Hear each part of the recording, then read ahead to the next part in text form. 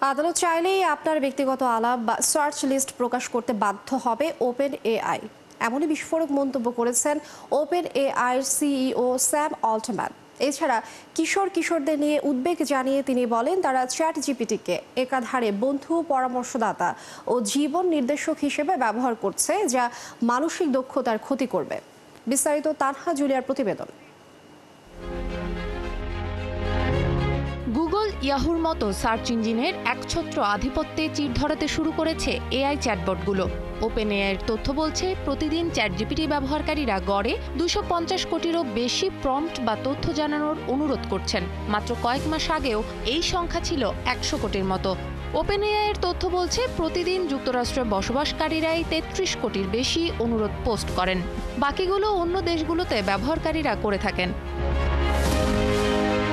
এদিকে চ্যাট জিপিটির সঙ্গে ব্যক্তিগত আলাপ এখনো আইনত গোপনীয়তার আওতায় পড়ে না বলে জানিয়েছেন ওপেন এআইয়ের সিইও স্যাম অল্টম্যান। সম্প্রতি এক পডকাস্টে স্যাম জানান, অনেক তরুণ চ্যাট জিপিটিকে থেরাপিস্ট বা লাইফ কোচ হিসেবে ব্যবহার করেন এবং অনেক সময় গভীর ব্যক্তিগত সমস্যাও শেয়ার করেন। আদালতের নির্দেশ থাকলে ওপেন এআই এসব আলাপ প্রকাশে বাধ্য হবে। এটি ব্যবহারকারীদের গোপনীয়তা নিয়ে উদ্বেগ সৃষ্টি করেছে।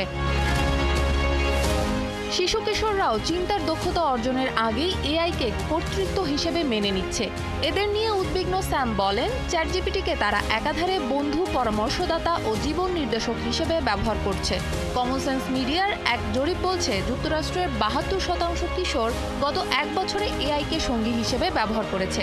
তাদের 50% বলছে তারা এআই এর দেয়া তথ্য ও পরামর্শে অন্তত কিছুটা বিশ্বাস করে। 23% কিশোর বলেছে তারা অনেকটাই বা সম্পূর্ণভাবে আস্থা রাখে এআই এর ওপর। সব মিলিয়ে বিশেষজ্ঞরা বলছেন, অধিক পরিমাণে এআই চ্যাটবট নির্ভরতায় তরুণদের বাস্তবিক, সামাজিক ও মানসিক দক্ষতা ক্ষতিগ্রস্ত হতে পারে। যেভাবে জিপিএস ব্যবহারে মানুষের দিক নির্দেশনা চেনার ক্ষমতা অনেকটাই কমে গিয়েছিল। এছাড়া অতিরিক্ত ব্যক্তিগত তথ্য শেয়ারিংয়ে ব্যবহারকারীর গোপনীয়তা নিয়েও উদ্বেগ তৈরি হয়েছে। তানহা জুলিয়া, ৭১।